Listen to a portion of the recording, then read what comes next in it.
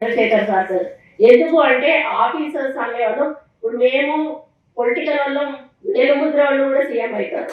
అవుతారా అవ్వరా? వాళ్ళు ఒక ఐఏఎస్ ఆఫీసర్ కావాలంటే వాళ్ళు ఎంత శ్రమ పడితే గానీ ఆ స్టేజ్కి వస్తారు. వాళ్ళు వాళ్ళు మా ముందు నిల్చొని నేను చెప్పింది వాళ్ళు వినాలి. అంటే రాజ్యాంగం రాసింది, అది మనం ఏం చెయ్యలేము. దీన్ని విమర్శగా తీసుకోవద్దు దయచేసి. దీన్ని ఎక్స్పోజ్ కూడా చేయొద్దు. నా మనసులో ఉన్న అభిప్రాయాన్ని నేను చెప్తా ఉన్నాను. మాకు చదువు రాదు, మాకు సబ్జెక్ట్ తెలీదు, ఇష్టం ఉన్నట్టుగా వాళ్ళు ఏదైనా చేస్తే ఇష్టం ఉన్నట్టుగా తిట్టేస్తాం, మీరు ఏ పని చేయలేదు. దానికి రూల్ ఒప్పుకోకపోవచ్చు, దానివల్ల వాళ్ళు చేయకపోవచ్చు.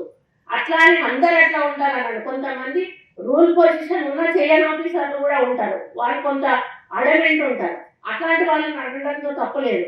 కానీ ఎవరి పని వాళ్ళు చేసుకుపోతున్న వాళ్ళను మనం అప్పుడు కూడా డిస్టర్బ్ చేయొద్దు.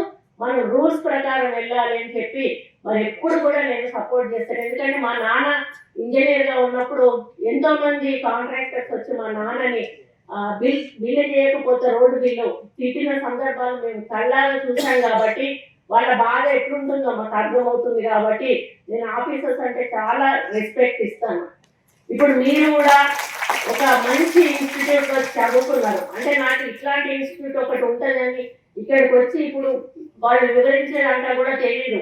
నేను అదే అంటున్నా, మరి అసలు మన రిలేటివ్స్ని కానీ మనకు తెలిసిన వాళ్ళని కానీ ఎందుకు మనం ఎంకరేజ్ చేయలేకపోతున్నాం ఇటువంటి ఇన్స్టిట్యూట్లో చదువుకోవడానికి అని చెప్పినప్పుడు టీసీసీఎఫ్ వారు సువర్ణ మేడం ఏమన్నారంటే మొదలు నోటిఫికేషన్ అనేది పడాలి మేడం, నోటిఫికేషన్ పడితే ఆటోమేటిక్గా